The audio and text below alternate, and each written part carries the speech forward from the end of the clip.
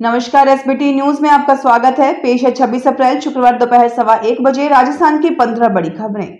इस news bulletin के प्रायोजक है विनी केक एंड मॉल। सबसे पहले एक नजर डालते हैं आज की हेडलाइंस पर। 13 राज्यों की 88 सीटों पर वोटिंग। 9 बजे तक त्रिपुरा में सबसे ज्यादा वोटिंग। पत्नी की संपत्ति पर पति का कोई अधिकार नहीं। गहलोत बोले, किसी विधायक सांसद के फोन टैप नहीं हुए। रजिस्ट्रेशन के बिना 4 धाम यात्रा की अनुमति नहीं। ईवीएम को वीवीपीएटी से 100% मिलान वाली याचिकाएं खारिज।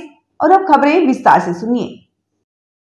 18वीं लोकसभा चुनाव के लिए दूसरे चरण की 13 राज्यों और केंद्र शासित प्रदेशों की 88 सीटों पर वोटिंग जारी है। यह शाम 6 बजे तक खत्म होगी।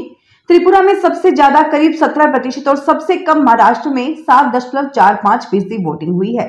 ममता बनर्जी की पार्टी टीएमसी ने आरोप लगाया कि बंगाल की 2 लोकसभा सीटों बालूरघाट और रायगंज में सेंट्रल फोर्सेस महिलाओं को वोटिंग से रोक रही है। उधर महाराष्ट्र के अमरावती और बुल्ढाना में सुबह बारिश शुरू हो गई। इसके चलते यहां मतदान धीमी रफ्तार से हो रहा है। सुप्रीम कोर्ट के जस्टिस संजीव खन्ना और जस्टिस दीपांकर दत्ता की बेंच ने कहा कि स्त्री धन पति पत्नी की संयुक्त संपत्ति नहीं है। ऐसी स्थिति में पति के पास मालिक के स्वरूप में संपत्ति पर कोई अधिकार या स्वतंत्र प्रभुत्व नहीं होता है। पति पत्नी की संपत्ति से जुड़े एक मामले में सुप्रीम कोर्ट ने अहम टिप्पणी की है। अदालत ने कहा कि एक पति का अपनी पत्नी के स्त्री धन पर कोई नियंत्रण नहीं है और भले ही वह मुसीबत के समय इस धन का इस्तेमाल करे। कोर्ट ने कहा कि इसका इस्तेमाल करने के बाद यह पति की नैतिक जिम्मेदारी है कि वह पैसे अपनी पत्नी को लौटाए। सुप्रीम कोर्ट ने महिला के पति को उसका 25 लाख रुपए का सोना लौटाने के निर्देश दिए। पूर्व ओएसडी लोकेश शर्मा के आरोपों के बाद राजस्थान में फोन टैपिंग को लेकर सियासत फिर से तेज हो गई है। पूर्व सीएम अशोक गहलोत ने फोन टैपिंग के आरोपों को सिरे से खारिज किया है। साथ ही उन्होंने पीएम मोदी और बीजेपी पर हमला बोला। उन्होंने कहा कि पीएम झूठ बोलते हैं। गहलोत ने राजस्थान में 2 डिजिट में कांग्रेस की सीटें आने का दावा किया है। जोधपुर के एक होटल में मीडिया से बातचीत करते हुए गहलोत ने कहा कि फोन टैपिंग का कोई मुद्दा नहीं है। राजस्थान में किसी पार्टी की सरकार हो, कभी भी एमएलए और एमपी के टेलीफोन टैप नहीं होते। 4 धाम यात्रा को लेकर देश भर के श्रद्धालुओं में भारी उत्साह देखा जा रहा है। पंजीकरण शुरू होने के 11 दिन में ही 15,12,000 से अधिक श्रद्धालु दर्शन के लिए पंजीकरण करा चुके हैं। जीएमवीएन की 8 करोड़ से ज्यादा की एडवांस बुकिंग हो चुकी है। गंगोत्री, यमुनोत्री, केदारनाथ समेत चारों धामों के दर्शन करने से पहले तीर्थयात्री ऑनलाइन रजिस्ट्रेशन करवा सकते हैं। रजिस्ट्रेशन के बिना किसी भी तीर्थयात्री को 4 धाम यात्रा करने की अनुमति नहीं दी जाएगी।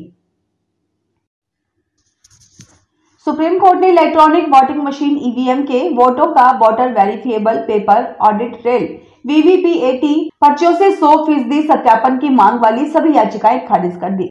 सुप्रीम कोर्ट ने कहा कि सील बंद प्रतीक लोडिंग इकाइयों को ईवीएम स्ट्रॉन्ग रूप में इंस्टॉल किया जाएगा। इंजीनियरों की टीम द्वारा माइक्रो कंट्रोलर यूनिट में बर्ड मेमोरी की जांच की जाएगी।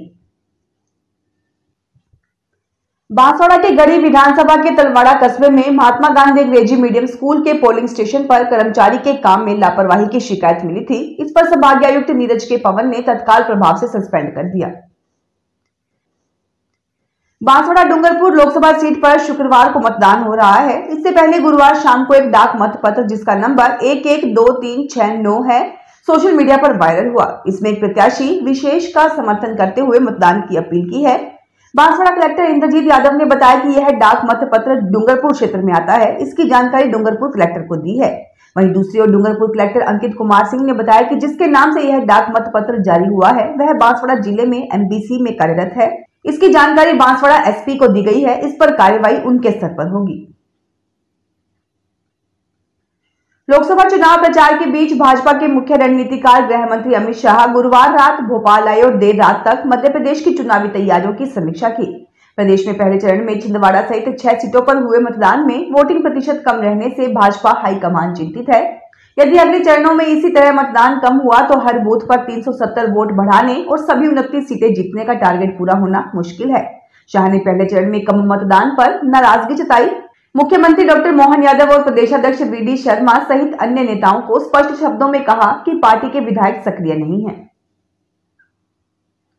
झालावाड़ बारां लोकसभा सीट से भाजपा प्रत्याशी दुष्यंत सिंह सुबह 6:10 पर धार्मिक स्थल राड़ी के बालाजी मंदिर पहुंचे।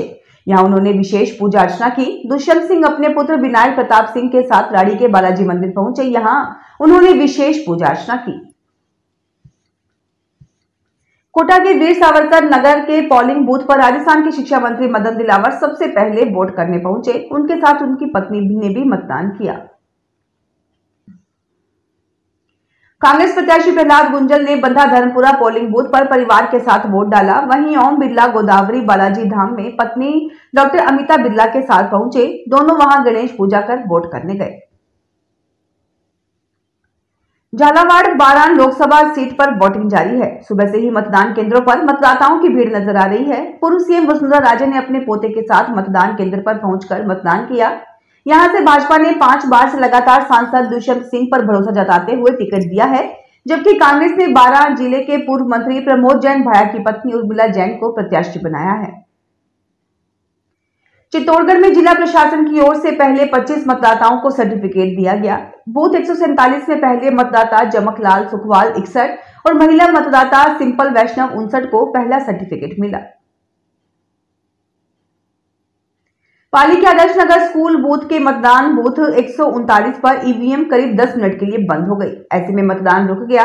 वोटर्स को इंतजार करना पड़ा। बीएलओ प्रेम सिंह भाटी ने बताया कि बाद में ईवीएम 10 मिनट बाद शुरू हो गई, उसे बदलना नहीं पड़ा। जोजावर धनला में भी ईवीएम करीब 7 मिनट तक तकनीकी खराबी के कारण बंद रही। बारां के पीएचईडी कार्यालय स्थित बूथ पर सबसे पहले वोट डालने वाले 3 मतदाताओं को निजी कंपनी की ओर से गिफ्ट देकर सम्मानित किया गया। फिलहाल इस बुलेटिन में इतना ही। फिर हाजिर होंगे और बड़ी खबरों के साथ।